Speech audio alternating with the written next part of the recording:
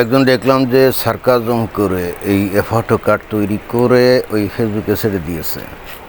তো তার এই সার্কাজমটা আমার খুব পছন্দ হয়েছে, মানে খুব ইন্টারেস্টিং বলা বাহুল্য, এবং একই সঙ্গে ক্রিয়েটিভিটি আছে এটা বলা যায়। এবং আমি চিন্তা করলাম এই ধরনের ধারণা আমার মাথায় হয়তো আসার কথা ছিল, কিন্তু কেমনে বেটা পেরেছে সেটা জানতে, বোঝেন নাই। তো চিন্তা করলাম জেনে যখন গেলই তখন আর কি করি, তার এই ফটো কার্ডটা নিয়ে একটা নাতি দীর্ঘ একটা ভিডিও তৈরি করে ফেলি, কি বলেন? তো যে ফটো কার্ড নিয়ে তো কথা, সেখানে যে দেখতে পাচ্ছেন এখানে বলছে কি, এরপরও নাস্তিকরা বলবে এটা ভুয়া ধর্ম। তো ঘটনা কি? ঘটনা হচ্ছে যে চাঁদে অবতরণ করে রাজাকার সাইদির কাছে এই সকল নভোচারী ইসলাম কবুল করেছে। হ্যাঁ, আচ্ছা, তুই যে কয়েকদিন আগে আর্তেমিস 2 গেছিল না চাঁদে নাসার পক্ষ থেকে, তো সেই আর্তেমিস মিশনে তো 4 জন নভোচারী গেছিলো, তার 3 জন হলো পুরুষ আর 1 জন হলো নারী। এটা তো আপনারা ওই ইয়েতে দেখছেন, খবরে দেখছেন, ভিডিও লাইভেও দেখছেন, তাই না? এবং এটাও তো ইসলাম বিরোধী ছিল। একটা বেগানা নারী 4 জন ওই 3 জন পুরুষের সাথে চলে গেল, তারা তো ভয়ঙ্কর ইসলাম বিরোধী কাজই করছিল, এটা কোনো সন্দেহ নেই। এবং আমার মনে হয় যে ইসলামকে ব্যঙ্গ করার জন্যই এটা করছিল কিনা কে জানে, হলে হতেও পারে। কিন্তু ঘটনা তো ঘটে গেছে উল্টো। ওরা ঠিকই চাঁদে গেছে, গিয়ে কি দেখলো ওই চাঁদ আগেই দখল করে বসে আছে কি দেলোয়ার হোসেন সায়েদি, পার্মানেন্টলি, রাইট? দেলোয়ার হোসেন সায়েদি তো ওই জীবনে বেঁচে থাকতেই চাঁদে গেছিলো, সেটা তো সবাই জানেন। বাংলাদেশের মুমিন মুসলমানরা একদিন হঠাৎ করে শুনলাম রাতের বেলা সবাই মানে কি করছে, বলছে যে সায়েদিকে নাকি চাঁদে দেখা গেছে। তখন কিন্তু যে সায়েদি জেলে আটক ছিল। তো সেই সায়েদি কিন্তু ঠিকই ওই জেলের ফাঁক গলিয়ে, মানে জেলের সে দেয়াল টেয়াল ভেঙে চুরে অথবা তার সূক্ষ্ম শরীর নিয়ে, অর্থাৎ তার অরিজিনাল ম্যাটেরিয়াল বডিটা জেলের মধ্যেই ছিল, বাট সে একটা কি বলা যায় ওইটাকে, ওই যে কী ধরনের ছায়া শরীর, এটাকে জানি কি বলে, তো ওই শরীর নিয়ে তো সে চলে গেছিলো চাঁদে। অতএব এই যে আমি নিজে মাঝে মাঝে এটাও ভাবি যে এই যে নাসা বিলিয়ন ডলার খরচ করে রকেট বানায়, তারপরে এই যে দেখেন কী পোশাক কীগুলো, কী ক্যালকুলেশন, সুপার কম্পিউটার, এটা ওটা সেটা, কত আয়োজন, তারপরে এরা ওই চাঁদে পাঠায়, তাই না? বা এবার পাঠাইলো আর কি।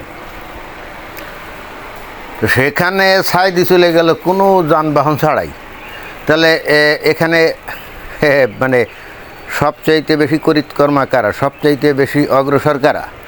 যারা নাকি কোনো যানবাহন ছাড়াই চলে যায়। যেমন সাইদি গেল, তো সাইদির কাছে আমেরিকান নাসা মাসা এগুলো কোনো ইয়ে নাকি?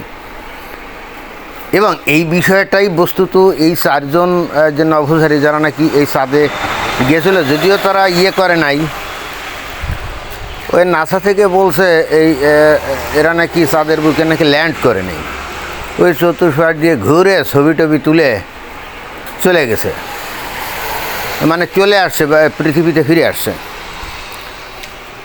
কিন্তু আমার যেটা মনে হয় এখন সেটা হলো যে ওই অ্যাস্ট্রাল বডি, হ্যাঁ, ওই যে সায়েদের যে অ্যাস্ট্রাল বডি নিয়ে এখন যে চাঁদের বুকে রাজত্ব করছে সায়েদি, তাই না?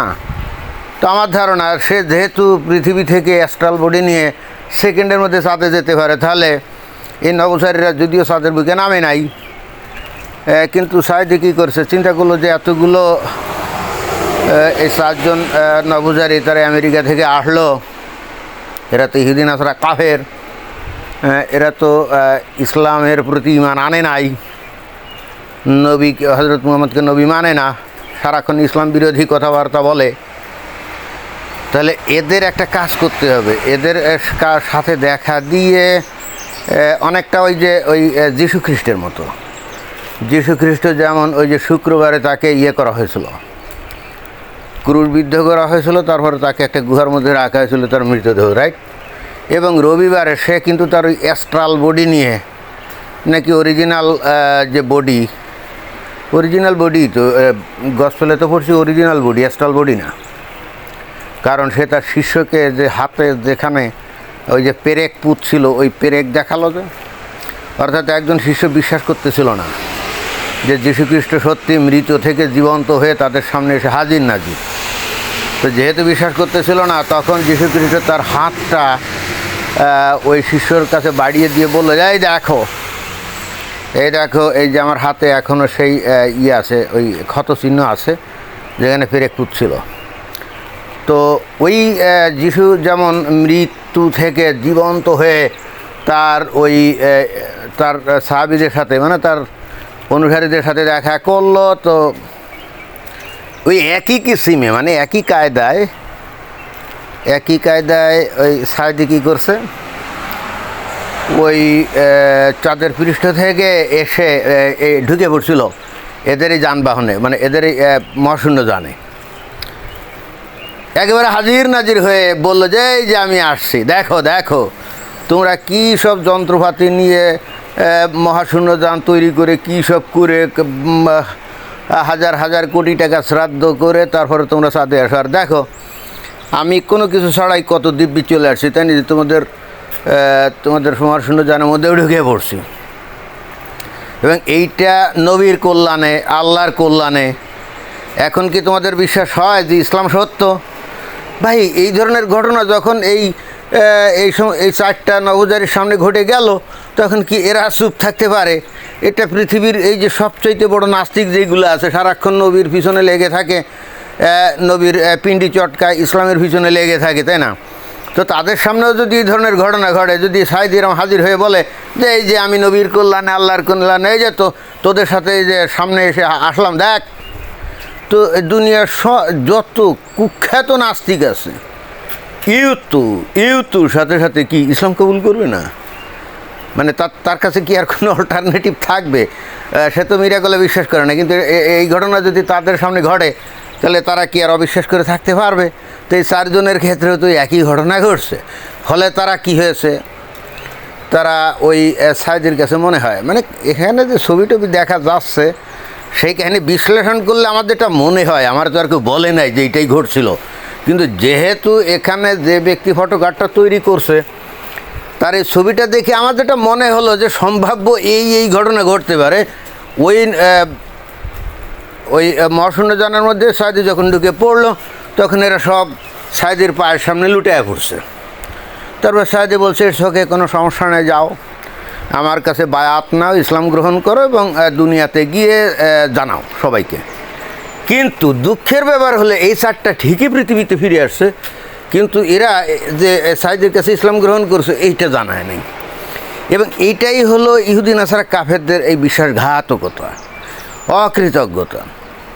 এরা নবীর মাহাত্ম্য বোঝে, আল্লাহর মাহাত্ম্য বোঝে, ইসলাম যে সঠিক ধর্ম সেটা জানে, কোরআনও যে আল্লাহর কিতাব সেটাও তারা মানে, এবং এরা এই নাসার মধ্যে বসে এই কোরআন গবেষণা করে সব কিছু আবিষ্কার করে, কিন্তু তারা স্বীকার করবে না। ভয়ঙ্কর অকৃতজ্ঞ জাতি এটাই। এবং ওই কারণেই বস্তুত মুসলিমরা এই ইহুদি নাসারা কাফেরদেরকে ঘৃণা করে। ওই জন্যই বস্তুত ওই যে ইরান ইসরায়েলকে দুনিয়া থেকে ধ্বংস করে দিতে চায়। কেন?